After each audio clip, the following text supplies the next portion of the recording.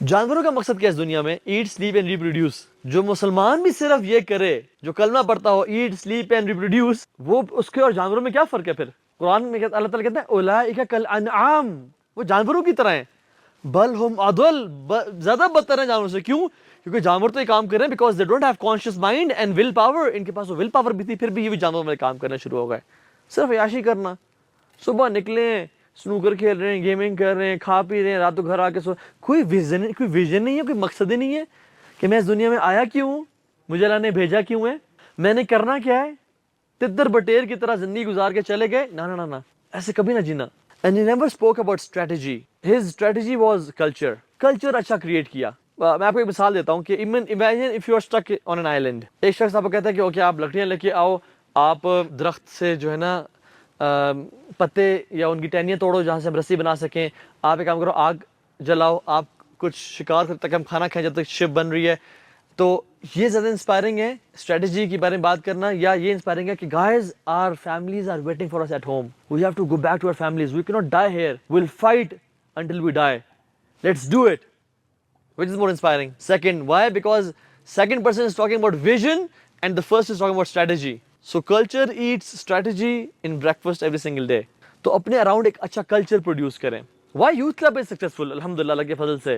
ہم مولوی ہیں، ہم بائکس رائڈ کرتے ہیں، ہم پوری دنیا ٹریول کرتے ہیں. وی لو فوڈ، وی لو اسپورٹس، وی لو گیونگ دعوت ٹو پیپل. سیلف ایکچولائزیشن کی انتہا پہ وہ لوگ ہوتے ہیں جو اللہ کے دین کو سرو کر رہے ہوتے ہیں، اپنی آخرت کے لیے انویسٹمنٹ کر رہے ہوتے ہیں. تو یہ جو ایک بیلنس اللہ کی تو وللہ الحمد، یہ اللہ کی طرف سے خاص، یہ جو ایک بیلنس آیا نا، اور یہ کسی کو فالو کر کے نہیں آیا.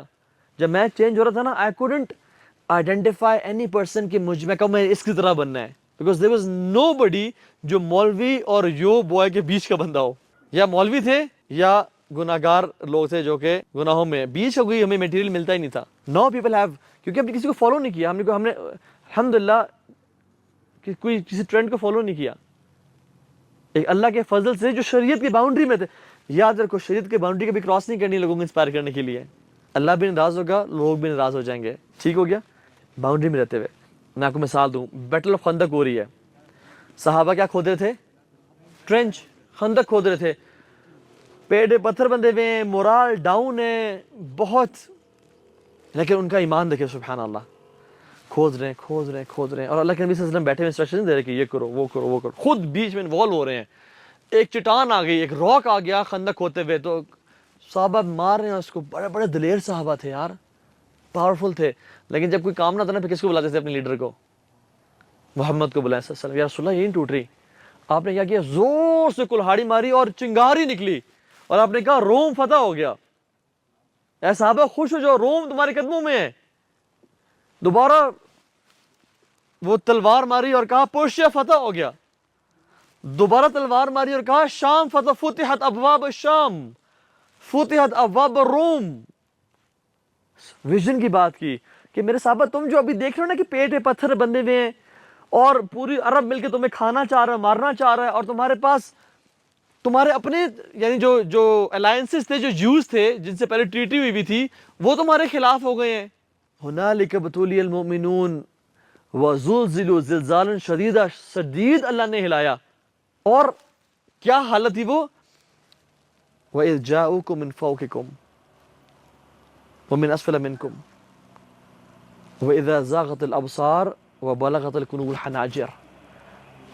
جب تمہارے اوپر سے لوگ آئے، نیچے سے، یعنی ہر طرف سے لوگ ہی لوگ تم پہ اٹیک کرنے کے لیے آ رہے ہیں، اور تمہاری آنکھیں پھر گئیں اور دل کلیجے تک آ گئے، اور تم نے شدید ہلایا، ہم نے تمہیں شدید قسم کا ہلایا. تب کیا ہوا؟ اللہ کے نبی اس حالت میں کہہ رہے ہیں کہ روم، یعنی امیجن چیچا وطنی کے لوگ اٹھ کے کہیں کہ امریکہ ہم نے فتح کر لیا، رشیا ہم نے فتح کر لیا، اور چائنا کو بھی ہم نے شکست دے دی اگلے 10 سال میں. لوگیں یار پاگل، دیکھو کیا کہہ رہے ہیں. لیکن اللہ کے نبی سب سچے تھے، اور انہوں نے اپنا ویژن دیا کہ اے میرے صحابہ، جو تم آج فیل کرو نا کہ تم یہ کیا کام بچا رہے ہو، جان کے لالے پڑے ہوئے ہیں، کل تم سپر پاورز کو ٹکرا رہے ہوگے اور ان کو گرا رہے ہوگے. ویژن کے بارے میں بات کی. ایون جو آپ نے یہ اللہ کے نبی صلی اللہ علیہ وسلم سے کفار نے بہت سیکھا ہے، ہم مسلمانوں نے فارچونیٹلی نہیں سیکھا. یہ جو بغداد سے ہماری کتابیں لے گئے تھے نا چوری کر کے، پوری لائبریریاں، اور ان کی ڈارک ایجز تھی مسلمانوں کی گولڈن ایج تھی. تو جس نے سائنٹیفک ترقی کرنی تھی وہ عربی سیکھتا تھا آ کے. سبحان اللہ. فورڈ موٹر کمپنی کا جو سی او تھا نا ہینری فورڈ, جب 1936 میں اکنامک ڈپریشن آیا نا, تو ہینری فورڈ نے کیا کہا, یہ نہیں کہا کہ نہیں ہمیں کام کرنا ہے ہم نے سے نکلنا, انہوں نے کہا کہ وائی وی ایگزسٹ, وائی پہ کام کیا, اپنی وائی پہ, وائی وی ایگزسٹ.